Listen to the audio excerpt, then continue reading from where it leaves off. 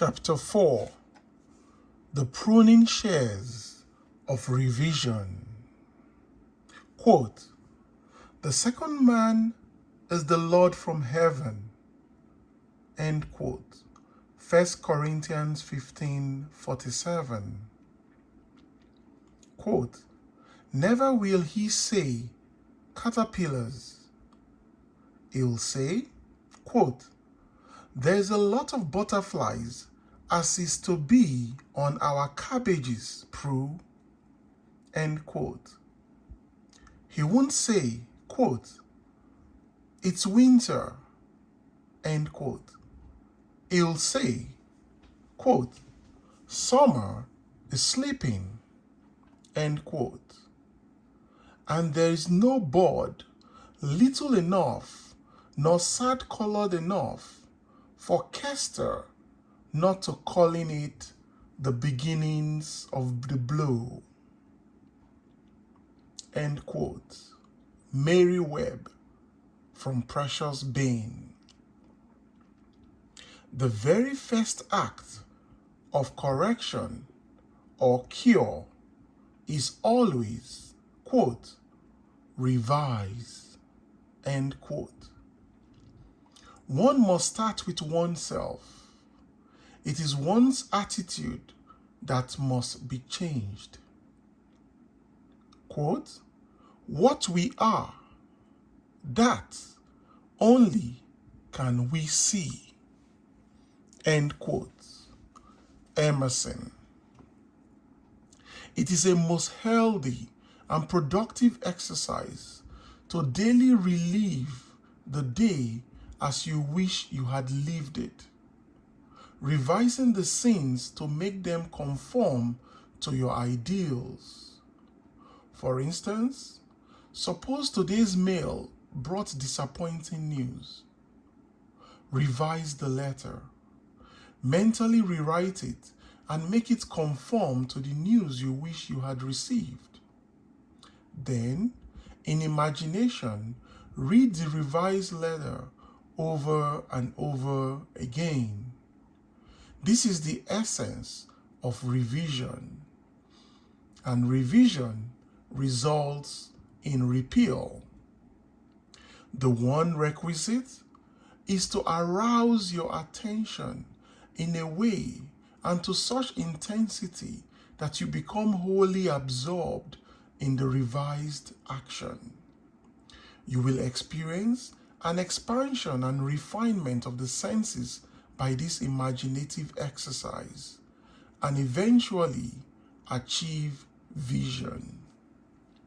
But always remember that the ultimate purpose of this exercise is to create in you, quote, the spirit of Jesus, end quote, which is continual forgiveness of sin. Revision is of greatest importance when the motive is to change one's self. When there is a sincere desire to be something different, when the longing is to awaken the ideal spirit of forgiveness. Without imagination, man remains a being of sin. Man either goes forward to imagination or remains imprisoned in his senses. To go forward to imagination is to forgive. Forgiveness is the life of the imagination. The art of living is the art of forgiving. Forgiveness is, in fact, experiencing in imagination the revised version of the day.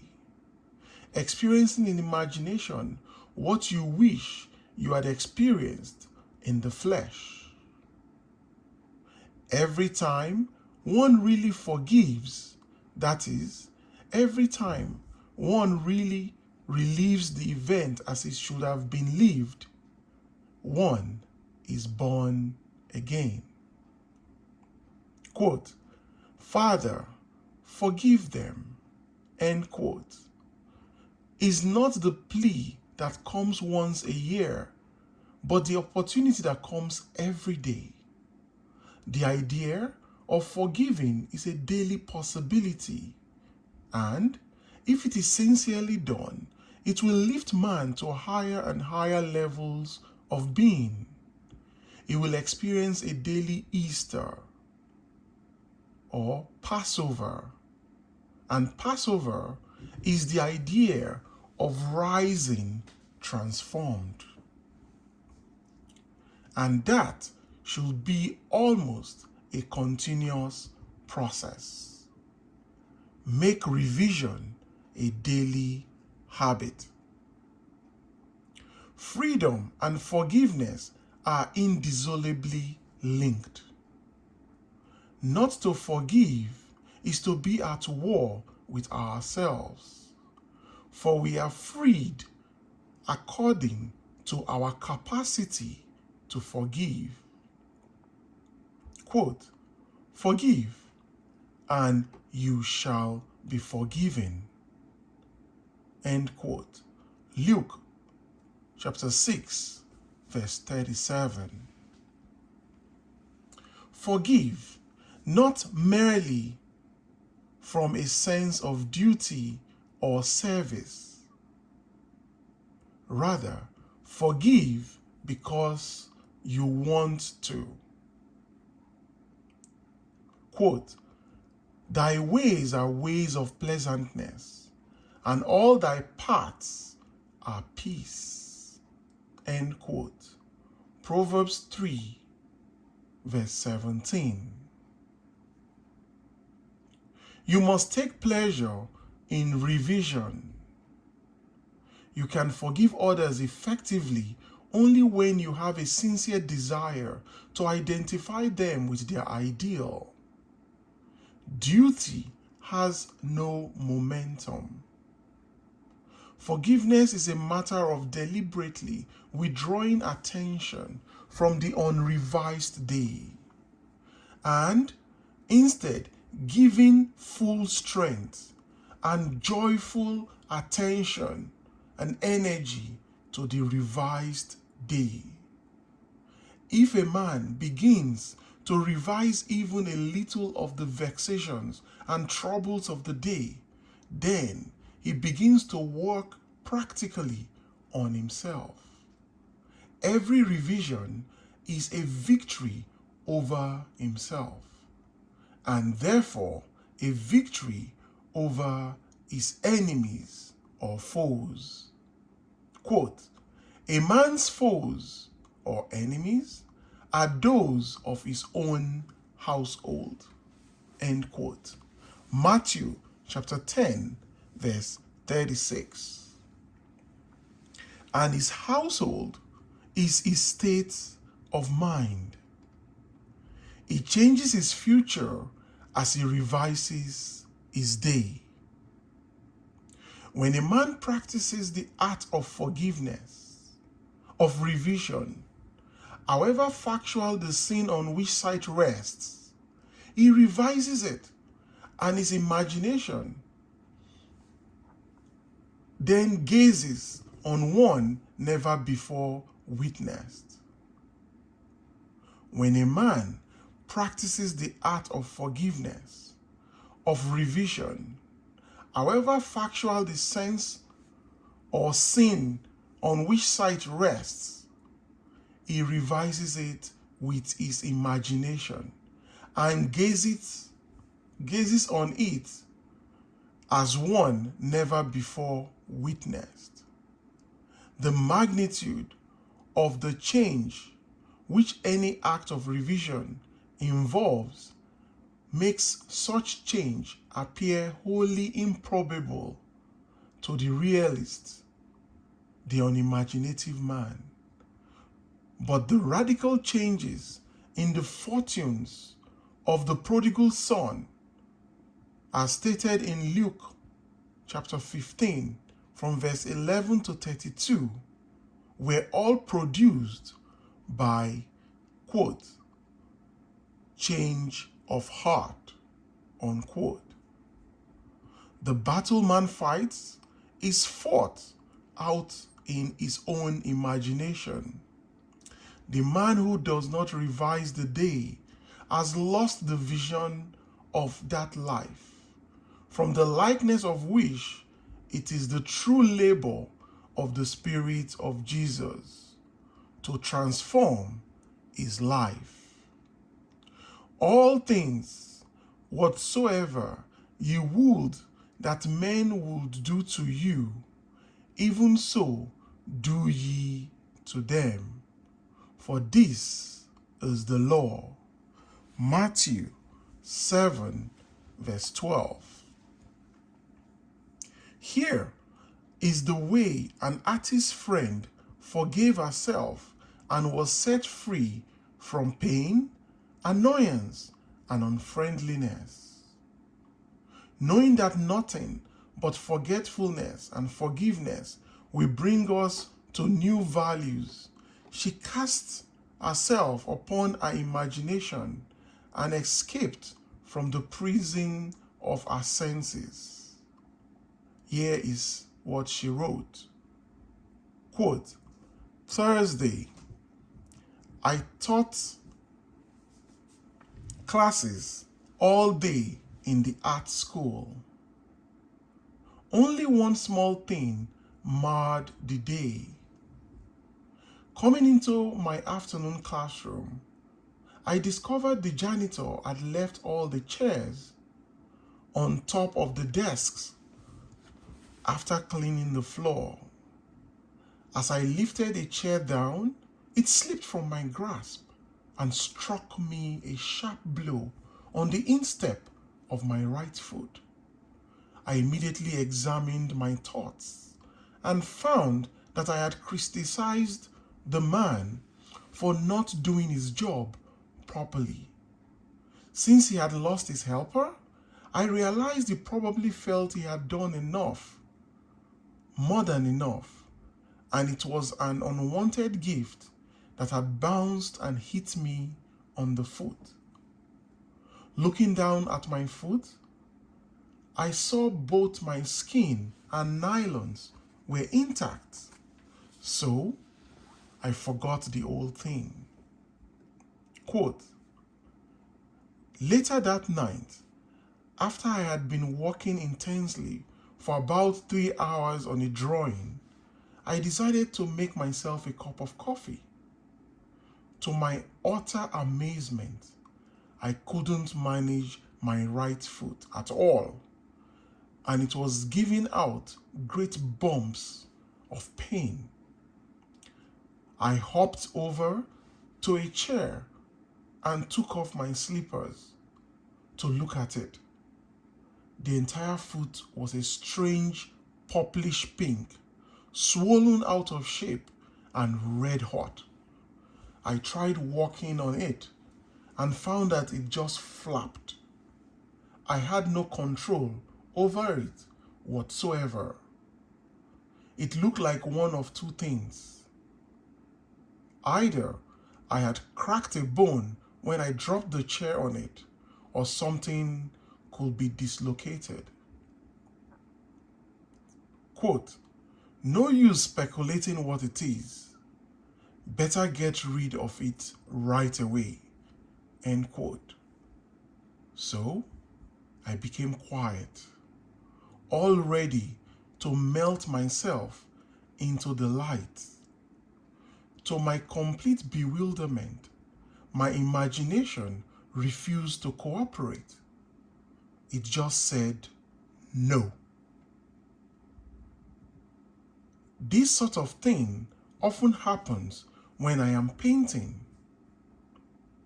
I just started to argue, quote, why not? End of quote. It just kept saying, quote, no, end quote.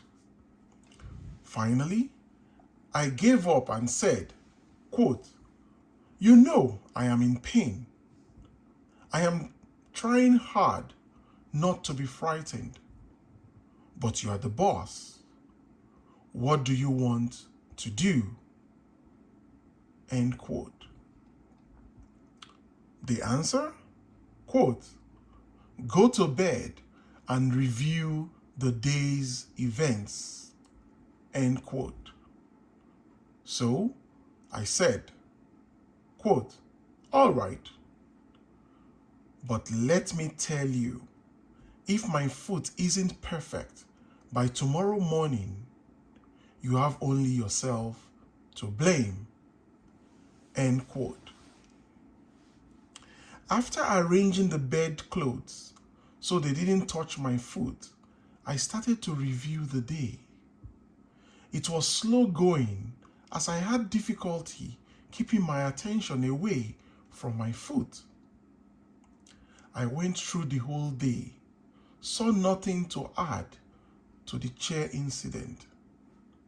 But when I reached the early evening, I found myself coming face to face with a man who for the past year has made a point of not speaking to me.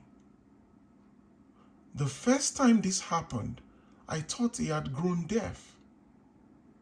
I had known him since school days, but we had never done more than say, quote, hello, and comment on the weather.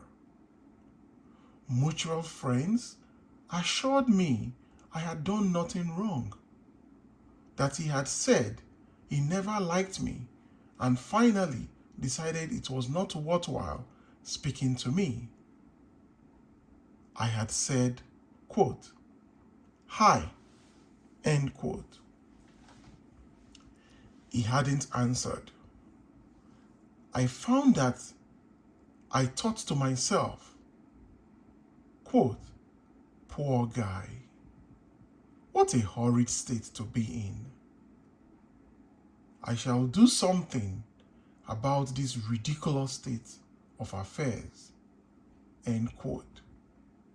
So, in my imagination, I stopped right there and redid that scene. I said, quote, hi. He answered, hi, and smiled. I now thought, quote, good old Ed, end quote. I ran this scene, this revised scene of him saying hi, and hi saying I, and him smiling back, with me ending with good old Ed, many times over.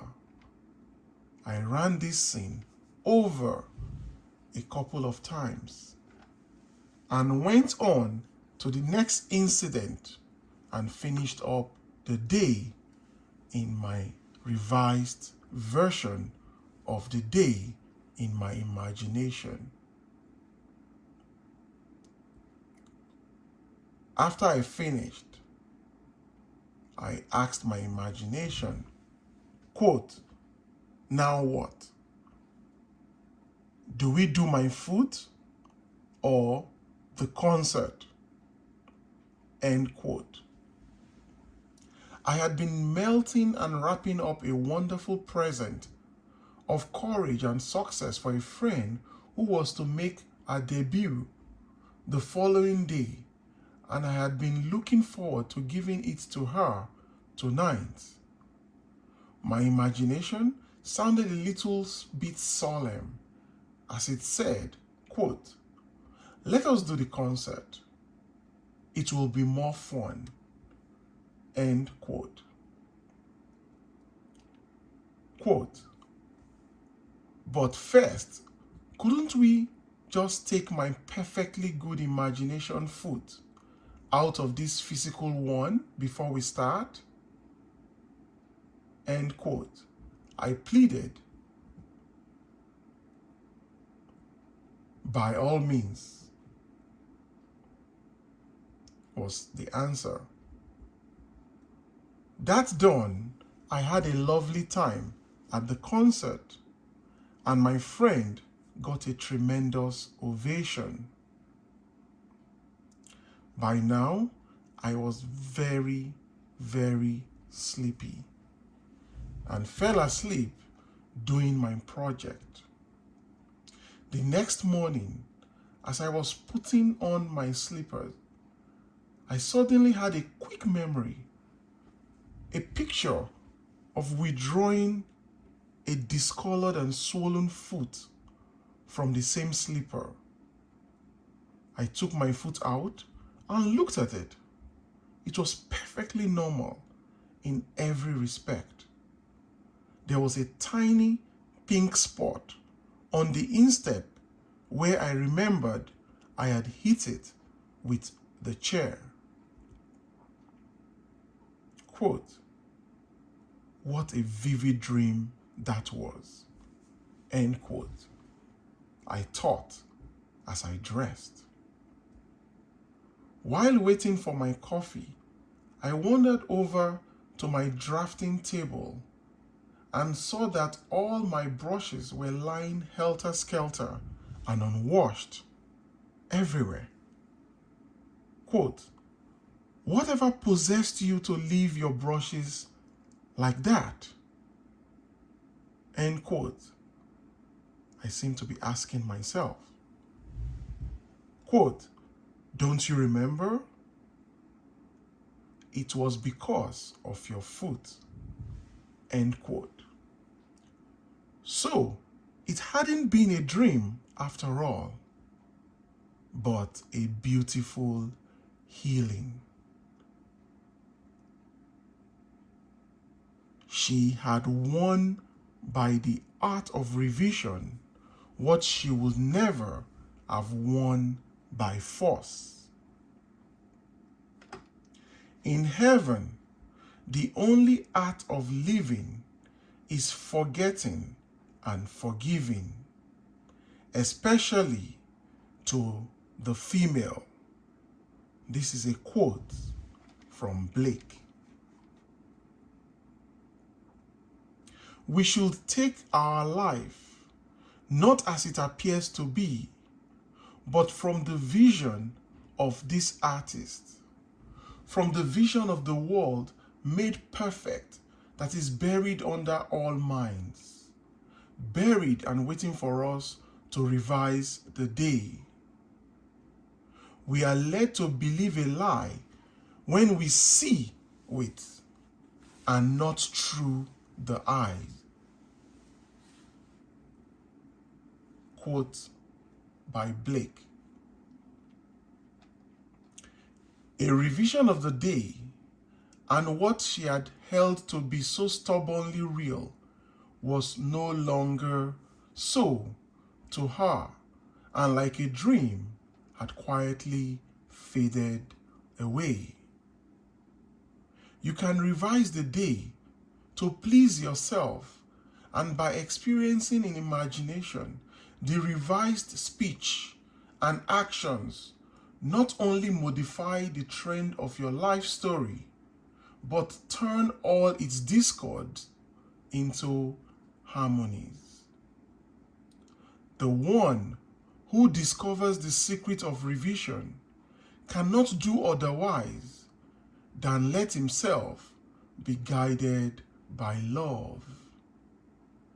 Your effectiveness will increase with practice. Revision is the way by which right can find its appropriate might. Quote, "Resist not evil."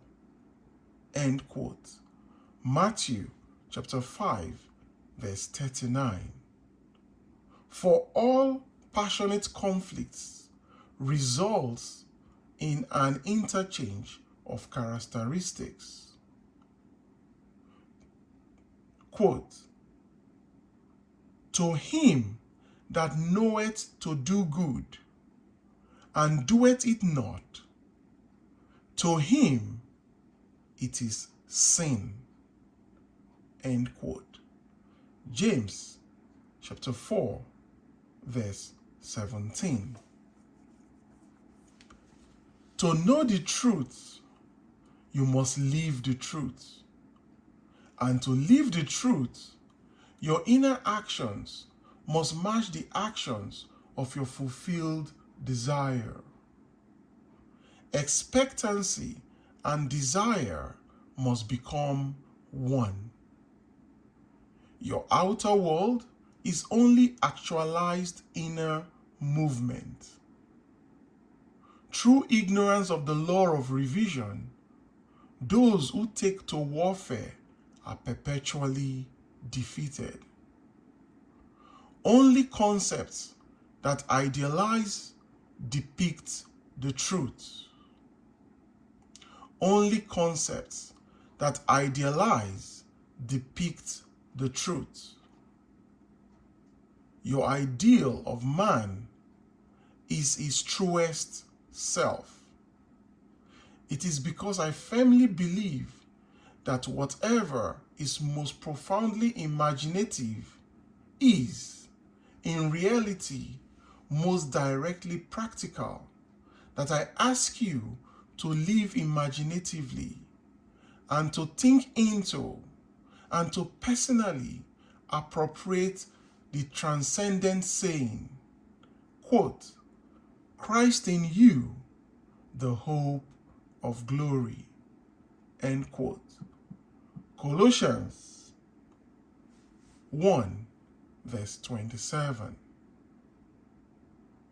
Don't blame, only resolve. It is not man and the earth at their loveliest, but you, practicing the art of revision, make paradise. The evidence of this truth can lie only in your own experience of it.